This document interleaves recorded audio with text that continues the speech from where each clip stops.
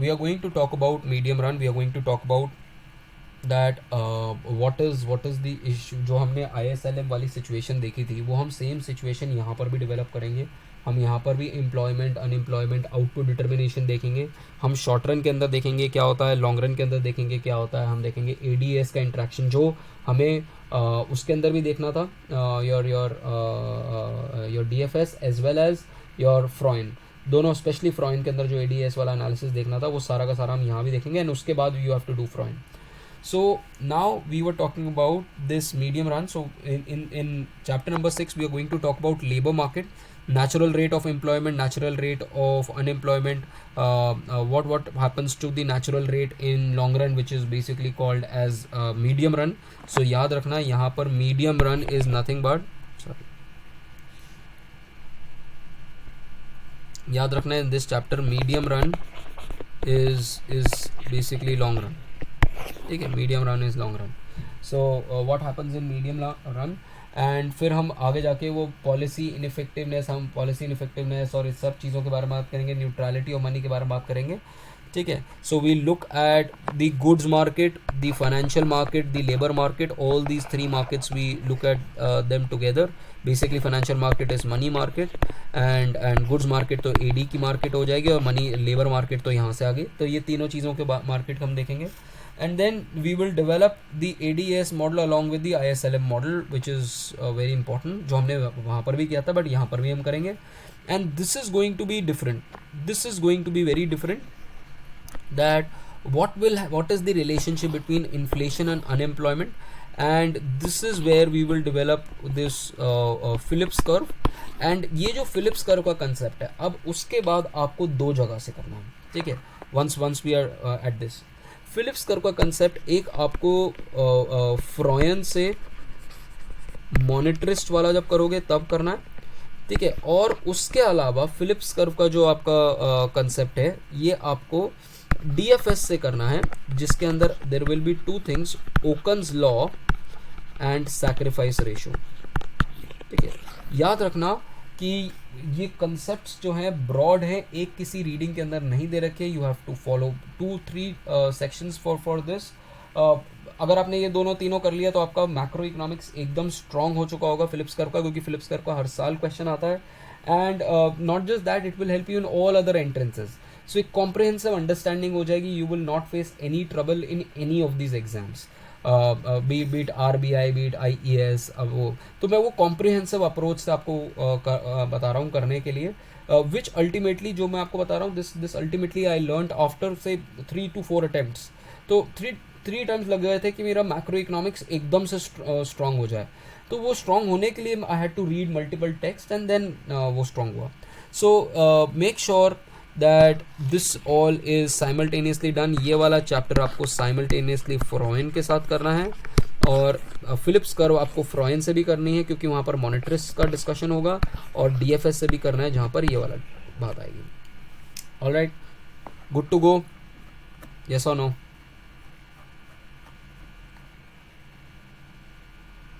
Yes और no guys? Yes sir. ठीक है. चलो, नाउ अब let's think about how firms, what happens when firms respond to increase in demand. Now अगर आपको डिमांड ज़्यादा होगी, देखो अगर इकोनॉमी के अंदर एग्रीगेट डिमांड ज़्यादा होगी तो क्या होगा. एग्रीगेट डिमांड ज़्यादा होगी तो आपको आउटपुट प्रोड्यूस करना है. आउटपुट प्रोड्यूस करने के लिए क्या होगा, आउटपुट प्रोड्यूस करने के लिए आपको एम्प्लॉयमेंट इंक्रीज़ करनी होगी. एम्प्लॉयमेंट इंक्रीज़ करोगे तो आपको अनएम्प्लॉयमेंट कम होगी. ठीक है. और लोअर अनएम्प्लॉयमेंट होगी तो क्या होगा, अगर अनएम्प्लॉयमेंट लो होगी तो कैन आई से कि मेरी वेजेस हायर होनी शुरू हो जाएंगी. ठीक है.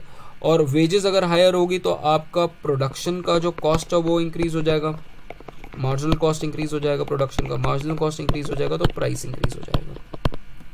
ठीक है. और प्राइस इंक्रीज़ हो जाएगा तो आप वापस आप क्या करोगे, प्राइस इंक्रीज़ होते के साथ ही you will ask for wages, और वेजेस इंक्रीज़ करोगे, वेजेस इंक्रीज़ करने की वजह से वापस प्राइस इंक्रीज़ होगा. ठीक है. So this is called as the wage price spiral. ये जो पोर्शन है ना, इस पोर्शन को वेज प्राइस स्पाइरल बोलते हैं. कई जगहों पे आप इंडियन इकोनॉमी में भी पढ़ोगे कि this is what the RBI tries to avoid, कि वेज प्राइस स्पाइरल ना हो जाए. ठीक है।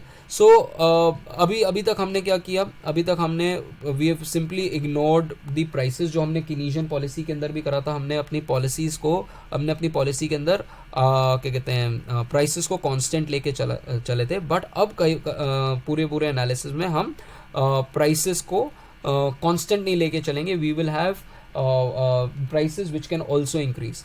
तो जब आपने ISLM देखा था, टिपिकल जब आपने ISLM देखा था, तो हमने देखा था LM जो बन रहा था वो M bar by P bar बन रहा था, ठीक है। Now we are going to change this model, तभी हमने मीडियम रन के अंदर जा रहे हैं। तो मीडियम रन के अंदर जो प्राइसेस हैं वो वेरी कर सकते हैं, और अगर वो वेरी करेंगे तो what will be the impact in the labour market, what will be the impact in the entire economy is what we are going to see. Short run के अंदर तो चलो ठीक है, आप बात कर सकते हो कि चलो आपके प्राइसेस चेंज नहीं होंगे, बट लॉन्ग रन के अंदर you will have this wage price spiral. Now let's talk about labour market सबसे पहले। अब लेबर मार्केट के अंदर अगर हम बात करते हैं तो यहाँ पर वो लेबर मार्केट के बारे में बात कर रहा है, लेबर मार्केट कितनी है, लेबर फोर्स कितनी है। You should know certain basic things. Any idea what is labour force guys? Any idea what is labour force? Shared 15 to 59 years of age group. 15 to 59 years of age group, or this is incomplete Nanda.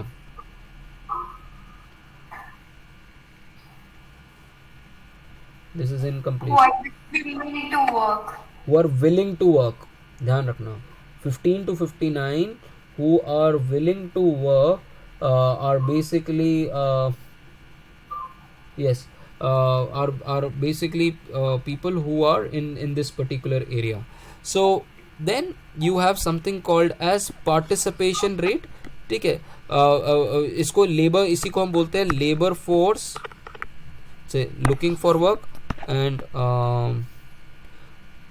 अच्छा, अब participation, labour force participation rate is basically labor force upon your जो लोग काम कर रहे हैं, जो काम करना चाह रहे हैं, upon labor force.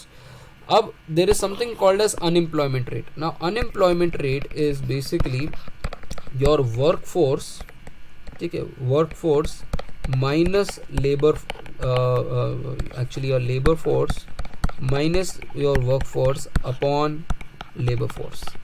This is your unemployment rate, ठीक है।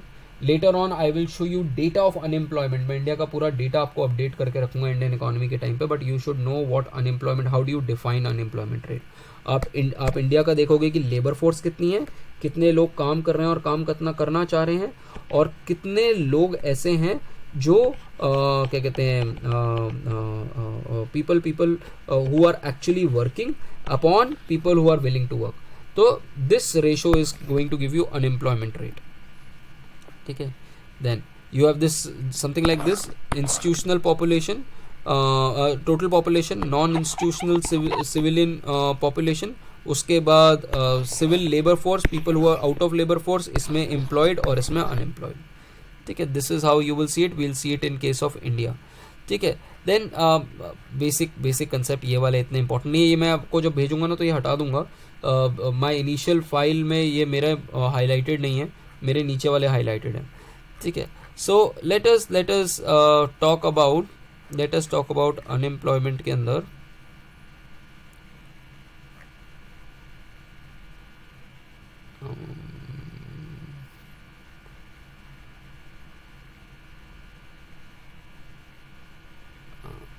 नीचे आ जाओ सीधा वेज डिटर्मिनेशन पे, ठीक है। अब वेज डिटर्मिनेशन कैसे होती है, देखो wage, if you want to read ऊपर वाला यू कैन रीड।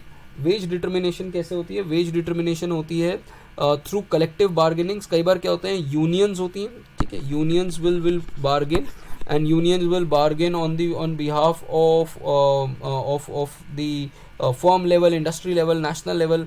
तो उसके बेसिस पे आपकी सैलरी सेट होती है, उसके बेसिस पे आपकी वेजेस सेट होती हैं। So wage determination is very important because they basically tell you कि अनएम्प्लॉयमेंट कितना होगा, वेजेस कितनी होंगी, और there can be something like reservation wage भी हो सकता है कि इससे कम आप वेज नहीं लोगे, ठीक है।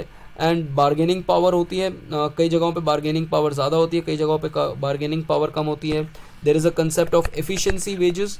एफिशिएंसी वेजेस का कंसेप्ट क्या है कि पीपल, और ये काफ़ी लेट आया था एफिशिएंसी वेज का concept, you will see it later, but efficiency wages का मतलब है कि कई बार आप ज़्यादा वेज पे करते हो, you pay people above the reservation wage. For example, I am willing to work at say my typical going this thing is 8,000 rupees an hour. ठीक है, this is what I usually charge. Now if someone really wants to hire me, if someone really wants the quality work, what that person should do? What do you think that person should do? Much higher than this amount. So you will, if someone pays me 12,000 rupees an hour, I am willing to work at 8,000, someone is paying me 12,000, don't you think my loyalty to that person will increase? And that is basically, जब आप ज़्यादा पैसे देते हो तो you have this feel good factor which promotes good work, and therefore you have efficiency in the work. Now all of that come together. So ये सारी की सारी चीज़ें हमने एफिशिएंसी और ये बारगेनिंग कैसे होती है और इसमें वेज डिटर्मिनेशन कैसे हो रही है, इस बारगेनिंग के थ्रू हो रही है. And you have movements and unemployment rate ऊपर नीचे चलता रहता है.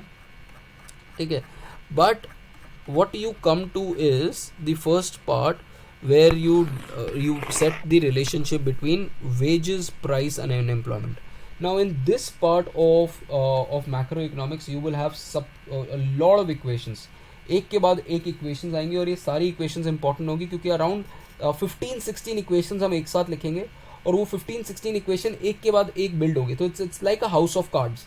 ठीक है, if you don't understand the bottom level of this house of cards, you will not be able to understand the upper decks of this house of cards. ठीक है, now how is wage determined? Wage is determined, this model says wage is determined by three things. First is expected price level. ठीक है, याद रखना कि ये expected price level लिख रहा है अभी. ठीक है, इस चैप्टर में हम एक्सपेक्टेड प्राइस लेवल को प्राइस लेवल ले लेंगे अजम्पशन के फॉर्म में. इस चैप्टर में अगले चैप्टर में इस अजम्पशन को ड्रॉप कर देंगे. So expected price level, unemployment rate and catch all variable that affects everything else. ठीक है, now let me explain this first of all कि ये expected price level क्या है. Now do you think people actually care about their nominal wage? What do you think?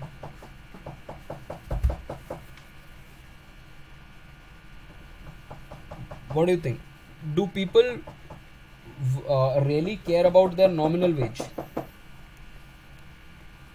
Yes or no? Yes. क्यों nominal wage क्यों? Sir, even if the price level falls, people won't be willing to accept a lower wage. तो that means तो उसका तो ये मतलब है ना कि they actually believe in real wages, not nominal wages.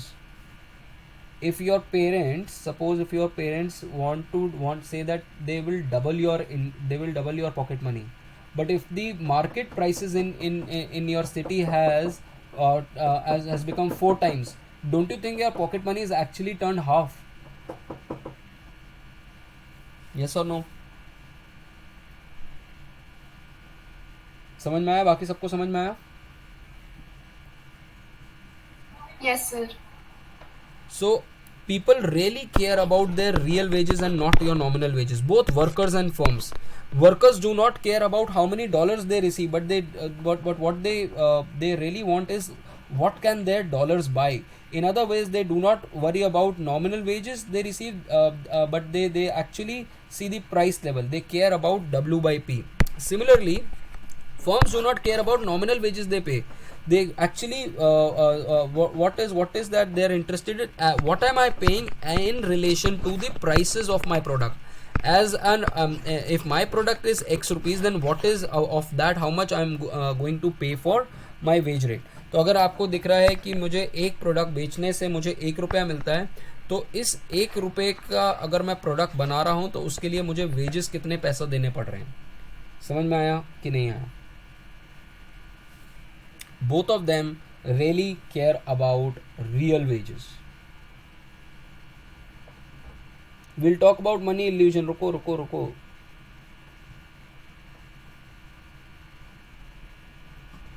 अलग चीज है.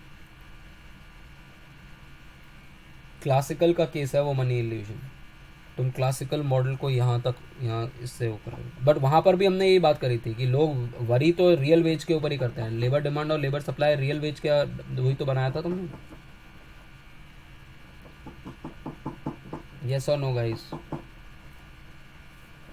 Now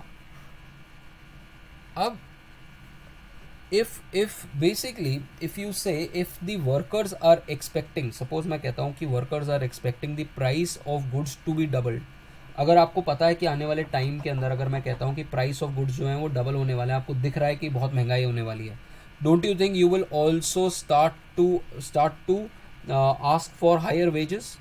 Doubling the expected price level will lead to doubling of the nominal wage chosen when wages are set, क्योंकि वो यही तो वो कहेंगे मार्केट में जाके जब बार्गेनिंग करेंगे कि यार पिछले कुछ सालों से इन्फ्लेशन हर साल डबल हो रहा है या 5-10% से बढ़ रहा है। अगर मैं कहता हूँ पिछले 10 सालों से इन्फ्लेशन हर साल 10% से बढ़ रहा है, तो आप इस साल में 2024 के अंदर 2025 की नेगोशिएशन कर रहे हो, तो डोंट यू थिंक जब आप वेजेस के बारे में बात करोगे तो आप कहोगे कि यार पिछले 10 सालों में 10% का इन्फ्लेशन है, तो ये 10% से मेरी वेजेस भी बढ़नी चाहिए? यस और नो? एटलीस्ट 10% से, ठीक है। सो we return to the distinctions, ठीक है। why do people depend why wages depend on expected price level rather than actual price level?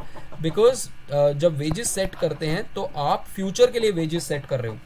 आप 2024 में बैठ के जब आप अग्रीमेंट साइन कर रहे हो किसी भी चीज़ का, तो वो 2025 और 26 के लिए वैलिड है।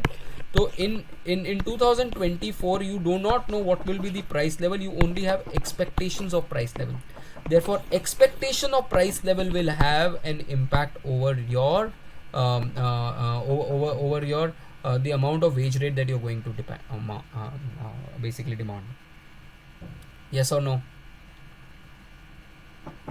For example, in US nominal wages are set 3 years in advance. पक्का सबको समझ में आया ये चीज़?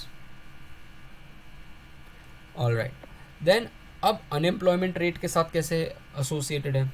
नाउ थिंक ऑफ, अगर आपकी फैक्ट्री के बाहर बहुत सारे लोग बाहर खड़े हैं, will the wages be higher और will they be lower?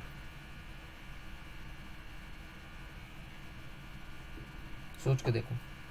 If there are lot of people outside your factory sitting idle, will the wage rate that you're going to offer, will it be higher or will it be lower? Lower, because when unemployment is high, that means the bargaining power with the labor as well as the union, चाहे कोई भी हो, इनकी bargaining power, इनकी bargaining chip कम है। जो bargaining chip कम है तो आपकी wage rate भी कम है, ठीक है। So this is a major issue. Then there is some work that is going on in my house just outside. All right, so चलो मैं जितना complete कर सकता हूँ अभी करता हूँ, फिर anyways I have to repeat this. Now think of the catch-all factor Z. Think of the catch-all factor Z. Now just a second.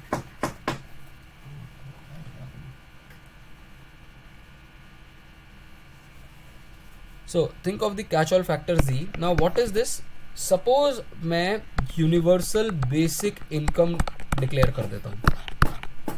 Suppose I declare universal basic income.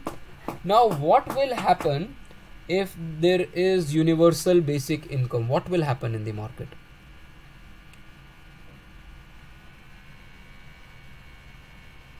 What do you think? सबको मैंने 5-5 हज़ार रुपये दे दिए, market में wages पे क्या impact पड़ेगा? सोच के देखो लॉजिकली, यही बात हो रही थी ना। Reservation wage will increase. Do all of you agree? Do all of you agree that reservation wage will increase?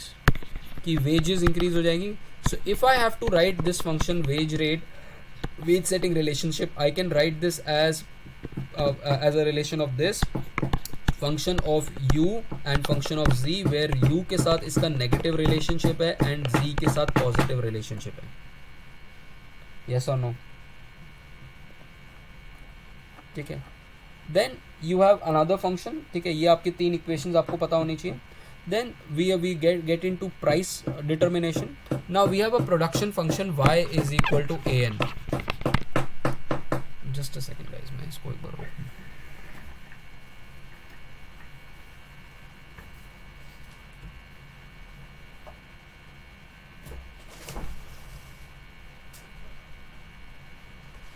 ये 5-7 मिनट 10 मिनट बात कर सकते हैं. 10 मिनट बात करेंगे लास्ट में.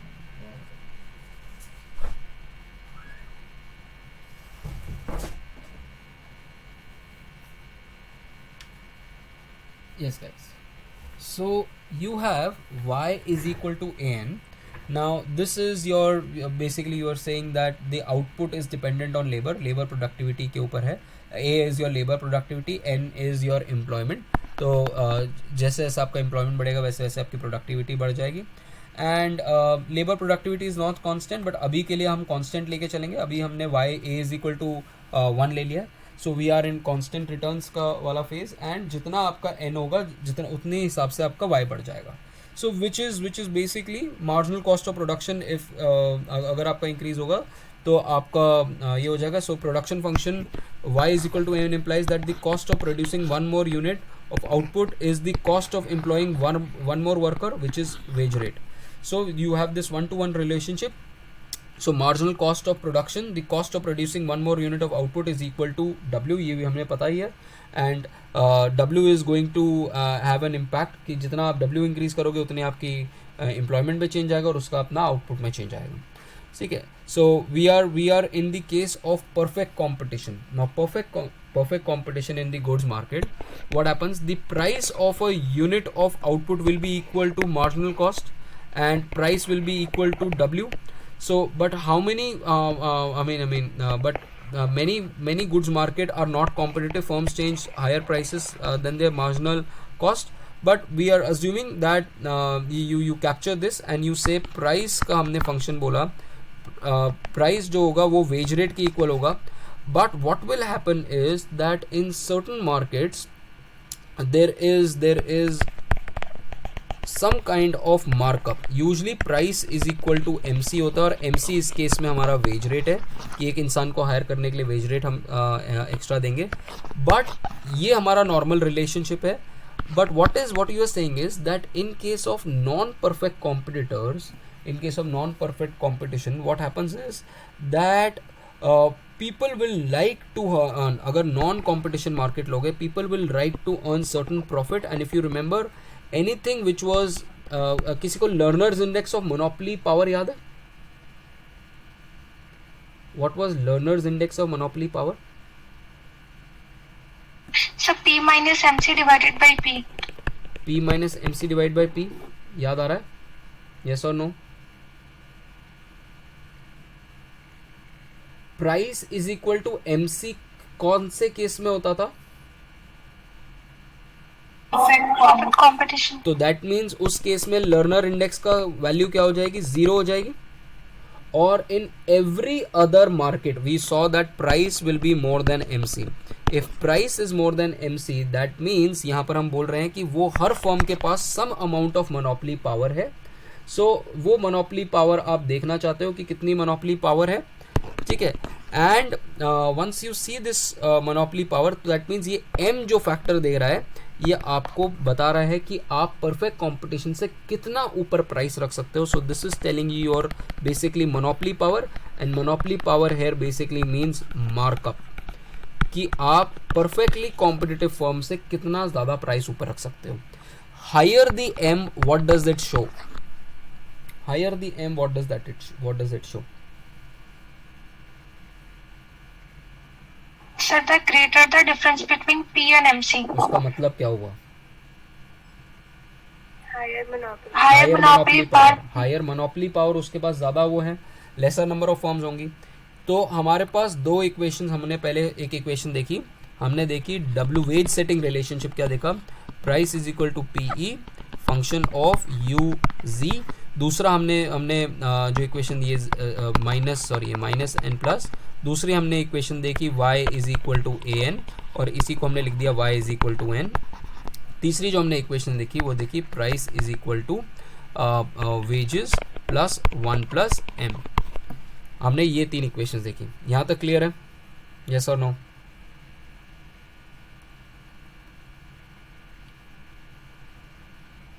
Alright, now wage setting relationship क्या है? हमने we are saying, we are assuming that suppose given the assumption that nominal wage depend on actual wage rather than expected price level, so we are right now saying that what will now look at the implications of wage price determination for unemployment. अब हम इसको wage और price को unemployment के साथ में link करने की कोशिश कर रहे हैं, ठीक है.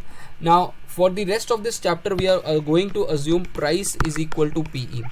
ये अभी हम अजम्पशन ले रहे हैं, ध्यान रखना नेक्स्ट चैप्टर के अंदर हम ये रिलैक्स कर देंगे अजम्पशन को, कि अभी हम कह रहे हैं कि expected price is equal to the actual price. Now under this additional assumption wage price determination जो है वो किस तरीके से होता है, also called as natural rate के अंदर, कि हम इसी को हम नेचुरल रेट भी बोलेंगे. जब हमारा price is equal to P E होगा तो हम देखेंगे U is equal to U E, तब u is equal to U E होगा, नेचुरल यू एन होगा, और n is equal to natural rate होगा, और हम y is equal to natural rate होगा. ये सब सारी बात करेंगे, ठीक है. But let's first start with this that p is equal to p. अभी हमने क्या बोला, वेज रेट हमने बोला था, wage rate is equal to P E function u z plus. अब हमने कहा p is equal to P E कर दो, तो हमने कहा w by P is equal to function of u comma z. Is this clear? ये हमने यहाँ तक लिया है. दैट रियल वेज जो है, the ways determination is basically dependent on unemployment rate. Higher the unemployment rate, lower the wage chosen by wage setters. तो जितना ज़्यादा आपका अनएम्प्लॉयमेंट रेट होगा, हम वेज सेटिंग बेसिकली बात कर रहे हैं, जो वेज कैसे सेट होती है मार्केट के अंदर. अगर आपकी अनएम्प्लॉयमेंट रेट ज़्यादा है तो जो वेज सेटर्स होंगे, बार्गेनिंग पावर जो होगी यूनियंस के पास बहुत कम होंगी, तो वो वेज रेट इतनी रख नहीं पाएंगे. So we have a negative relationship between unemployment rate and wage setting, ठीक है, वेज सेटिंग. तो इस वेज रेट को, तो अगर मैं इस इक्वेशन को बनाना चाहूँ तो कैन आई ड्रॉ, अगर मैं यहाँ पर रियल वेज रेट लूँ w बाई पी और यहाँ अनएम्प्लॉयमेंट लूँ, can I show a negative line like this wage setting की. This wage setting is w by P is equal to function of u minus and this plus. Can I say this is a negative relationship? Yes or no? Come on guys. पक्का? ठीक है. Just forget the this thing. ये वाला colour जो है, ये मुझे वापस पूरा कलर करना है, ठीक है. Now let's talk about price setting relationship. अब प्राइस कौन सेट कर रहा है? प्राइस सेट कर रहे हैं your this thing. Your firms. Now price set करने के लिए हमने कहा कि my price was equal to wage 1 plus M. तो can I write w by P, same चीज़ जो ऊपर भी थी, is equal to 1/1 plus M. Now price decisions basically are determined by the firms, ठीक है. Price setting decisions determine the real wage paid by the firm. अब price setting relationship किस चीज़ पे डिपेंड करेगा?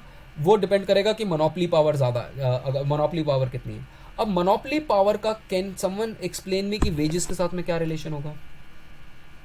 अगर मोनोपोली पावर ज़्यादा होगी तो वेजेस पे क्या इम्पैक्ट होगा? कोई ऐसी फर्म है जो अकेली फर्म है जो हायर कर रही है, तो वो वेजेस कैसे देगी? कम देगी, ज़्यादा देगी? और अगर ज़्यादा कंपटीशन है तो वो वेजेस कैसे देगी? Come on guys, come on. Low wages. Monopoly power, अगर मोनोपोली पावर होगी तो अब ये भी देखो ना, अब आप ऐप एग्रीगेटर्स देखो. अब ऐप एग्रीगेटर्स बहुत सारे तो है नहीं. जब इनकी मोनोपोली होती थी, जब ये कुछ भी प्राइस मांग लेते थे. अब जब ऐप एग्रीगेटर्स में एक या दो ही ऐप एग्रीगेटर्स रह जाएंगे, तो जब एक और दो ही ऐप एग्रीगेटर्स रह जाएंगे तो ये अच्छे से एक्सप्लॉइट कर सकते हैं अपने वर्कर्स को. यही तो वो है यूज केस है. सो if monopoly power increases, if m increases, w, can you see w by p will, real wage will reduce, because the power that will be there with the firms will be much higher as compared to that with the workers. Yes or no? It is all or nothing. So you set your, तो हमने कह दिया कि this is not dependent, basically unemployment पे dependent नहीं है। आपकी जो प्राइस सेटिंग रिलेशनशिप है वो 1/1 - m है, वो ये हो गई। और दोनों जहाँ पर प्राइस सेटिंग और वेज सेटिंग जहाँ इंटरेक्ट करती है वहाँ पर आपको नेचुरल रेट ऑफ अनएम्प्लॉयमेंट मिल जाता है। By the way all of this is calculated, ये जो हमने ये सेटिंग करी है this is calculated for P is equal to P. याद रखना ये P is equal to P जब करा है तब ये वेज सेटिंग आई है, और उसके बेसिस पे हमें अनएम्प्लॉयमेंट जो रेट मिलेगा वो नेचुरल रेट ऑफ अनएम्प्लॉयमेंट है, क्योंकि ये बता रहा है कि वेज सेटर्स और प्राइस सेटर्स कहाँ इंटरेक्ट कर रहे हैं। इतनी रियल वेज होगी सेलेक्ट और इतनी अनएम्प्लॉयमेंट होगी। This is UN। Is this clear or not? Is this clear or not?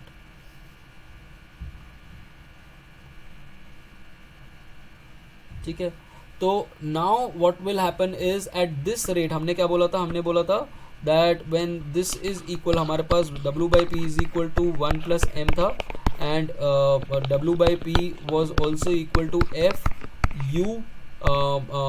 U Z, और when both of them are equal then this U becomes UN, ये बन जाएगा नेचुरल रेट ऑफ अनएम्प्लॉयमेंट। तो इस equation के अंदर this is the equilibrium when ये जब नेचुरल रेट के ऊपर होगा तो this is how your wage rate will be set, and this is the natural rate of unemployment that is there.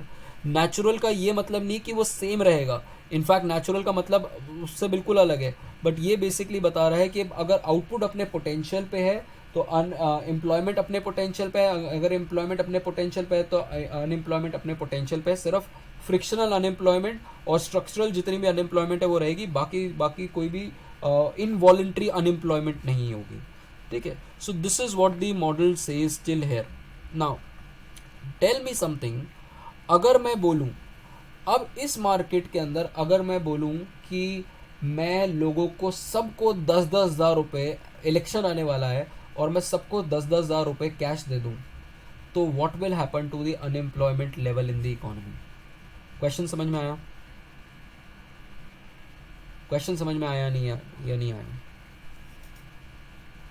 अगर मैं पूरी इकोनॉमी में सबको 10-10 हज़ार रुपये दे दूं, और तो इस इक्वेशन में इन दो उसके अंदर क्या इम्पैक्ट पड़ेगा?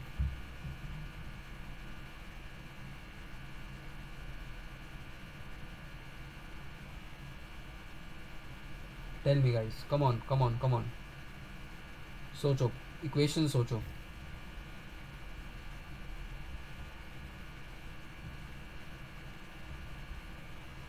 इक्वेशन सोचो, कौन सा फैक्टर चेंज होगा इसके अंदर, इस केस के अंदर? Just a second, folks.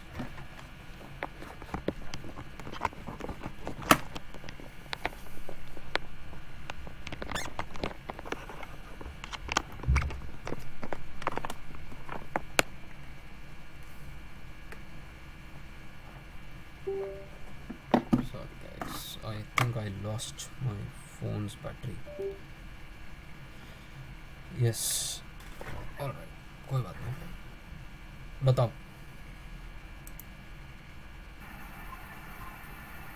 क्या चेंज होगा? both unemployment rate and SET. नहीं, देखो, see this, what will happen जब मैं Z बढ़ जाएगा, isn't Z catch all factor? क्या था मेरा? W is equal to P F U और Z।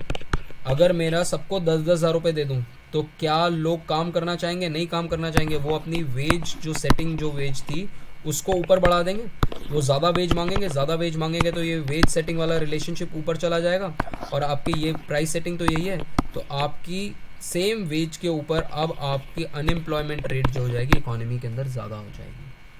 समझ में आया कि नहीं आया? यस और नो?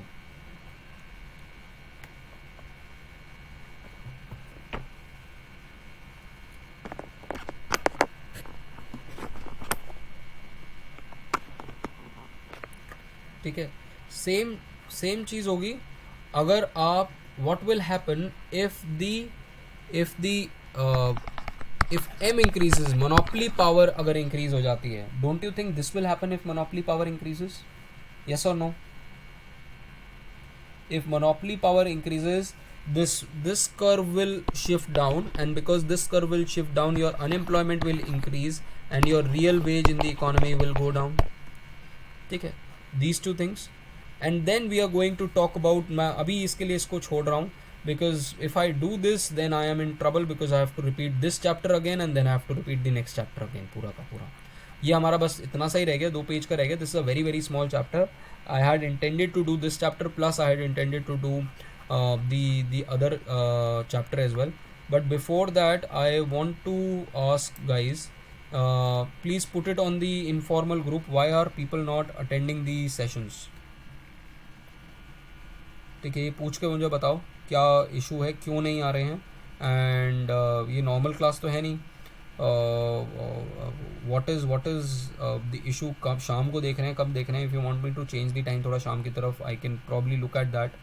मॉर्निंग की तरफ करना है वो देख सकते हैं, but something needs to be done. 4-5 people coming to the class is not good enough. कशिश इतना लेट क्यों, क्लास तो ख़त्म होने वाली है.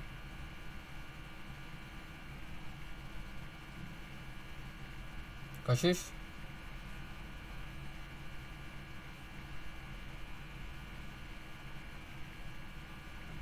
all right folks, we meet tomorrow. All right, we meet tomorrow at around 1. ठीक है, we will not meet at 2 or 3, we will meet at 1. I need to cover 2-3 chapters with you, and अगर next time से I don't get people, then probably I will skip going through questions. then अपने आप देखो, because then I'll go through the course जल्दी. So I want people to come in the class books. चलो, all right, thank you very much. You can just revise this. You have Blanchard with you, and then we'll cover up chapter number 6, 7 and 8. एक page 6 का और बाकी 7 and 8 tomorrow. ठीक है, चलो, thank you very much folks. See you, bye bye. Thank you, sir.